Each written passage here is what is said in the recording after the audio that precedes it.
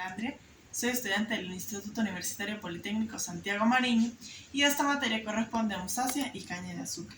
En este caso les voy a hablar sobre las musáceas. ¿Qué son? Las musáceas son una familia de plantas monocotiledóneas conocidas por sus frutos. Esta familia fue reconocida por sistemas de clasificación modernos como el sistema APG3 y el APWeb, donde comprende 41 especies repartidas en 3 géneros: Musa, Musela y Ensete. Esta es una familia de plantas donde nos ofrecen frutos como los conocemos, como plátanos y bananas aquí en Venezuela, más que todo como cambur maduro. Estas son las familias que producen estas plantas. Dentro de esta familia también encontramos plantas para uso ornamental con flores y plantas para frutos para producir harinas, y también por sus altas fibras también encontramos para producir textiles. Son hierbas grandes, perennes y catalogadas en muchas ocasiones como hierbas gigantes. Sus características, lo principal es que son hierbas grandes, son perennes, los tallos son subterráneos, simoidiales, rizotomados, acromosos y apanáxticos. Y pues son hierbas grandes. Sus hojas muchas veces rotas en diferentes partes, de forma perpendicular a la vena principal. La venación es peniparalela en continuidad. Las plantas son monoicas. Aquí tenemos pues algunas plantas que pueden observar. Aquí encontramos los que son sus frutos, sus bananas, sus hojas en modo de germinación, entre otros. Las musáceas se propagan comercialmente de forma sexual, por lo que el uso de un material de buena siembra de calidad resulta de suma importancia. Sin embargo, uno de los grandes problemas que confrontan los productores es la poca disponibilidad de materia de siembra calidad. Aquí podemos ver lo que es una planta, bien sea de bananos, cambures maduros o plátanos, y sus partes. Empezamos desde la raíz, tenemos el cormo, conocido comúnmente como el vástago, que incluye el cormo incluido con su tallo. Tenemos el hijuelo, que es la planta que está más pequeña al lado de la gran planta. Tenemos el pseudotallo, que lo encontramos a mitad del tallo. Luego tenemos el pseudopeciolo, tenemos la hoja. Dentro de la hoja tenemos la hoja bandera, que es la hoja principal, que como comúnmente se dice, en los Andes va retoñando. Tenemos la vena mediana, que es esta de acá. Tenemos las hojas adultas, que son las que están en la copera. O tenemos el limbo o lámina, que es lo que podemos ver acá. Tenemos el en vez as, tenemos el as. Ahora bien, en cuanto al tallo y su fruto, del tallo sale lo que es el raquis, que es el comienzo al fruto. Encontramos ya el racimo, las manos de flores femeninas, que es como el fruto. El fruto es una baya. Luego tenemos el dedo testigo, que es un fruto que va muy cerca y por lo general siempre está solito. Y tenemos la bellota o cucola. Ahora bien, taxonomía. Fue reconocido por sistemas modernos de clasificación como el APWeb en 2001, el APG en 2003, el linear APG3 en 2009,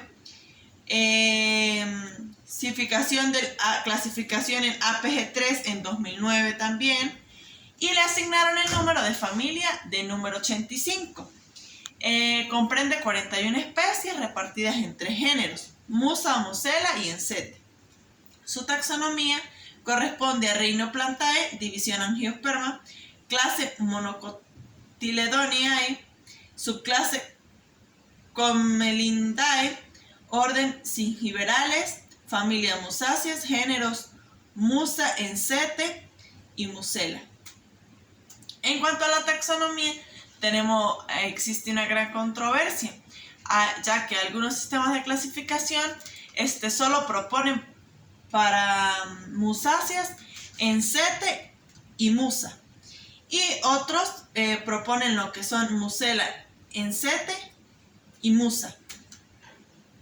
Requerimientos edafológicos de la planta.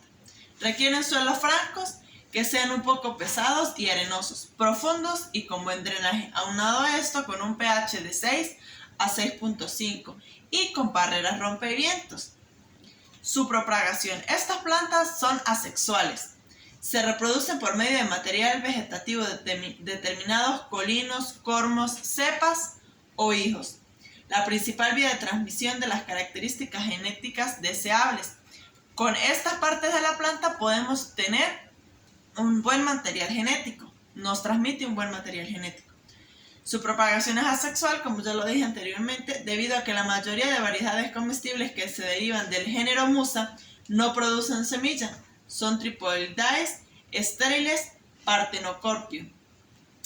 Algunas especies que podemos mencionar: Musa cuminata, Musa bajo, Musa trigolidatum, Musa paradisiaca, Musa insalaya, Musa beccari, Musa bowman, Musa bornesi, Musa buchensi, Musa campestri, Musa exótica, Musa freestyle, Musa flávida, Musa laterita, Musa ornata, Musa rubra, Musa sanguinea, Musa siamea, Musela, Encete gileti, Encete omblei, Encete orogense, Encete perrieri, Superboom, Encete ventriocosum, Encete wilsoni.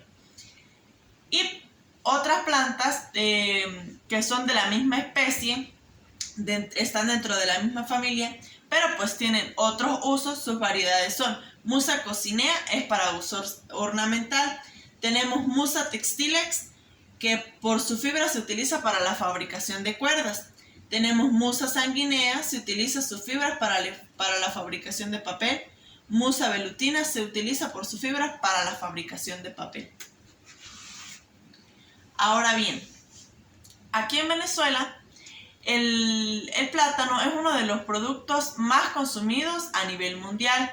Este producto, estas plantas son provenientes de Asia, pero pues se han radicado en clima, se han naturalizado en clima americano. Son de origen tropical, quiere decir que donde un clima que sea húmedo y pues como su palabra lo dice, muy tropical. En Venezuela se reconocen 8 especies, o las que más cultivadas son 8 que encontramos, y estas se reconocen por sus bayas, es decir, por sus frutos. Tenemos lo que es el dominico, la baya dominica, de sabor dulce. Los frutos son cortos, delgados y rectos. En sí, su morfología física de la planta viene siendo muy similar, pero pues los frutos que dan son distintos. Entonces por eso es que lo reconocemos así. Tenemos el Valery, su fruto es menos firme y su textura parece al de una ciruela. Tenemos el plátano pera, de cuerpo grueso, ligeramente curvado, mide 24.1 centímetros de longitud, 5.6 centímetros de diámetro, mayor a 300 gramos de peso. Tenemos el banano tabasco, produce frutos medianos de buena calidad y delicioso sabor. Tenemos el banano morado, resistente a enfermedades, es de sabor fuerte. De la siembra a la cosecha tarda 18 meses. Al madurar el fruto se tiene un color anaranjado, como su nombre lo dice. Tenemos lo que es el manzano. Sus racimos son de 16 a 18 unidades. Su sabor y su aroma son agradables. Cabenchi gigante o Grand Naine. Su cáscara es gruesa y de sabor poco intenso. Es la variedad más grande de los enanos. Y tenemos por último el plátano macho. La planta produce poca fruta, es más sabroso cocido, frito o al horno. Es importante mencionar que estas frutas o bayas se pueden consumir, depende de su especie, crudas o cocidas. Por ejemplo, lo que vamos más hacia los plátanos, los que son especies de musas, de musáceas plataneras, tenemos que se consumen cocidos. Y lo que son los musáceos bananos o como cambures maduros, los conocemos acá en los Andes, tenemos que se pueden comer cocidos también o crudos. Este es un alimento muy nutritivo y pues tiene un alto valor nutritivo. Es el cuarto alimento más consumido en todo el mundo, después de la leche, el trigo y el arroz. Ahora bien, su manejo agronómico. El manejo agronómico del cultivo de plátano consiste en realizar las buenas prácticas, tales como la selección de las semillas, control de malezas, prácticas culturales como el desoje, desije, entre otros, como también realizar un buen programa de fertilización y las prevenciones para plagas y enfermedades. Ahora bien, tenemos el manejo del suelo. Como lo podemos ver en cualquier cultivo, antes de establecer nuestro cultivo debemos tener lo que es un análisis de suelo. Esto nos va a permitir saber las deficiencias que tiene este suelo y pues con ello nos trae lo que son las recomendaciones. ¿Qué le falta? ¿Qué se le agrega? ¿Qué se le puede hacer? Justamente para el cultivo de, por ejemplo, en este caso, de plátano o de musáceas. Entonces, ahora bien, para el manejo del suelo tenemos la selección del suelo, que esté dentro de los parámetros antes mencionados, edafológicos. Temperatura, altura, entre otros, pH, entre otros. Ahora bien, lo primero que debemos hacer es lo que es el rastreado del suelo, la utilización de una rastra. Luego de ello debemos hacer una nivelación. Continuamente debemos hacer lo que es una aplicación de abonos orgánicos. Esto para dar mucha más vida y soltura al suelo. Para el establecimiento de plátanos y bananos se recomienda hacer camas. Esto para que sea mucho más fácil la siembra de se utilizan rastras y arados. Esto para evitar que la tierra esté mucho más suelta a la hora de sembrar. Selección y preparación de la semilla. La semilla de plátano puede venir de los higos de espalda. Son apropiados para iniciar una plantación, recomendándose una altura superior a 1 metro y un peso de 2 a 3 kilogramos después de preparados. Tenemos los que es higos de chimenea. Son cormos de plantas señoritas, plantas adultas que aún no han florecido, o parido, con una llama lateral debido a que es un material pesado. Se encarece su manejo. Señoritas, son plantas adultas que aún no han florecido, siendo utilizadas para la resiembra en plantaciones ya establecidas.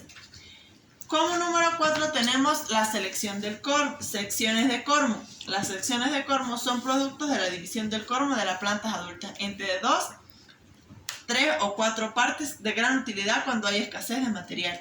Y 5 plantas provenientes de cultivo in vitro.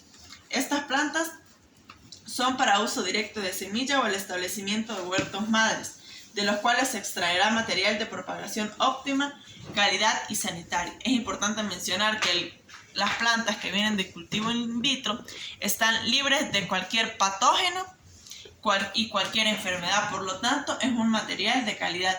Pero este material ya vendría siendo para lo que son semilleros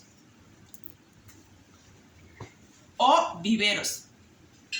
Aquí tenemos lo que son las secciones de cormo y tenemos una imagen que nos muestra un cultivo in vitro.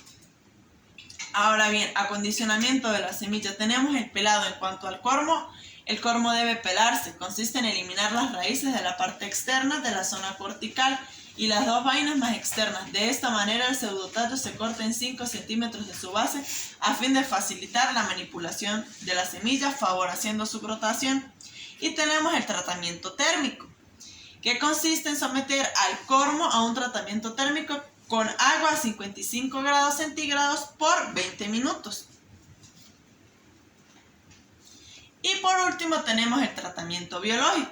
Consiste en someter al cormo a un tratamiento biológico con hongos entomopatógenos. Bueno, ahora ha llegado la siembra. tenemos lo que es el marcado del terreno, como lo podemos ver acá. A fin de evitar gasto de jornales por la apertura de hoyos, así como agilizar las labores de siembra, se puede emplear cuando las condiciones lo permitan. Apoyo mecanizado.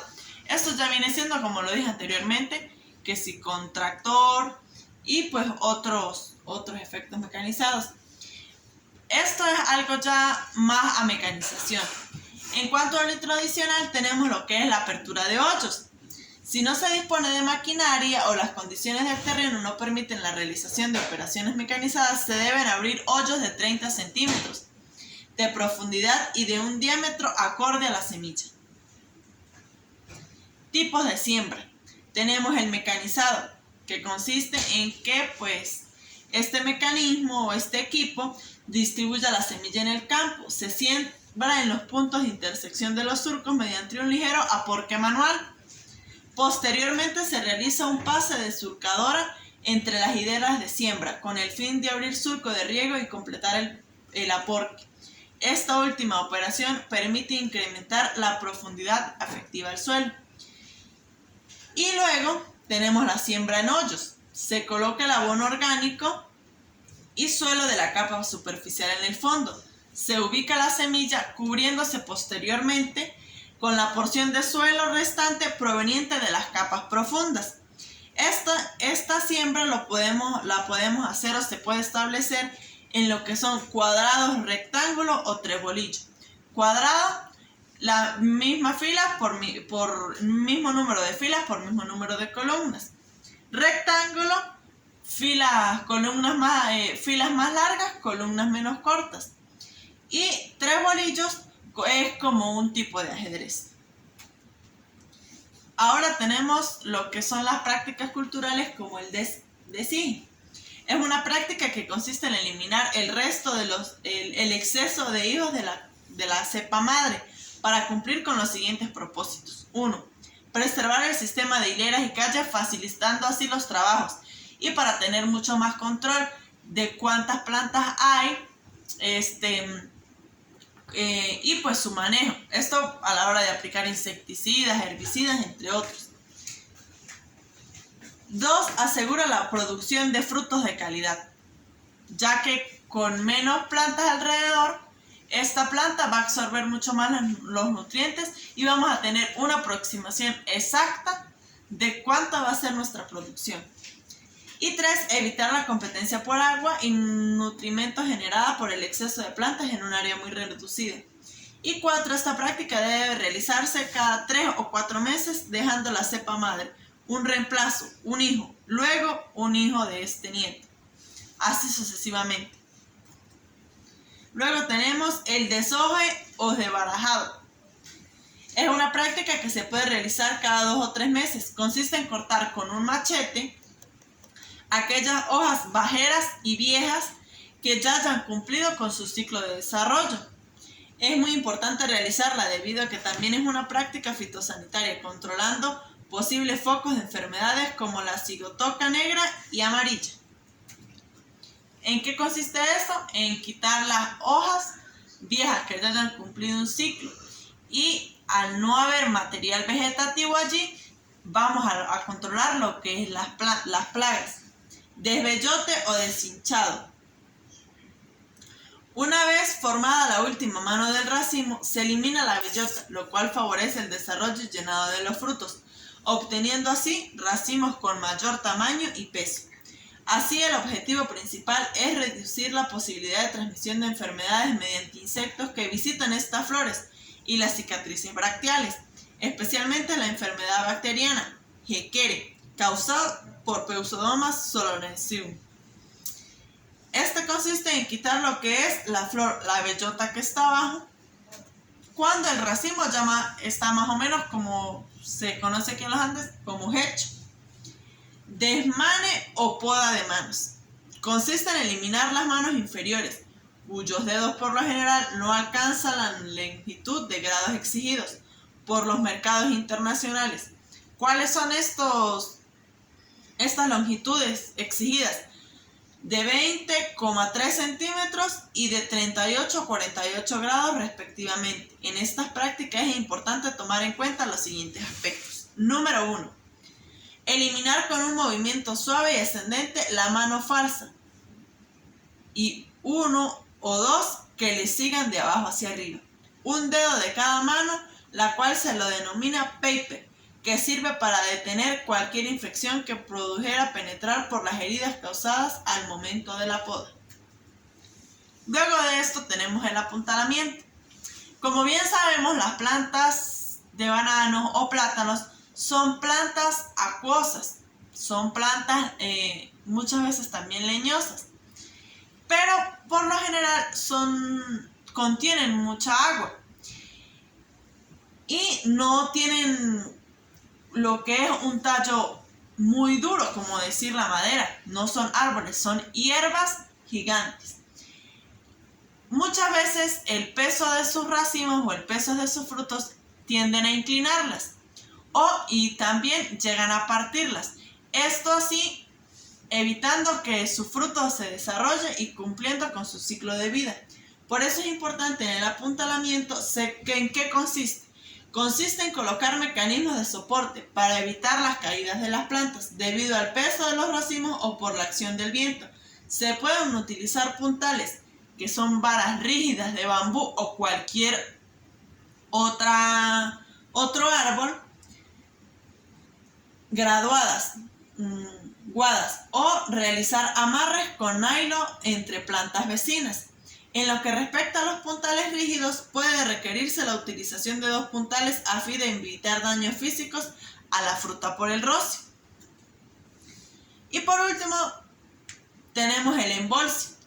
En el embolse se procede a cubrir el racimo 2 semanas luego de su emergencia, hasta que sea cosechado, con una bolsa de material Polypack de 43 pulgadas de ancho por 92 pulgadas de largo. Cabe destacar que es muy frecuente observar que en fincas bananeras que estas bolsas son de color azul, indicando que están impregnadas de un insecticida que actúa como repelentes de insectos que causan daños a los frutos. Este es un manejo agronómico, cultural, insecticida. ¿Qué quiere decir? Que no nos va a dejar entrar insectos, pájaros, murciélagos o cualquier otro animal a dañarnos nuestro fruto. Gracias por su atención.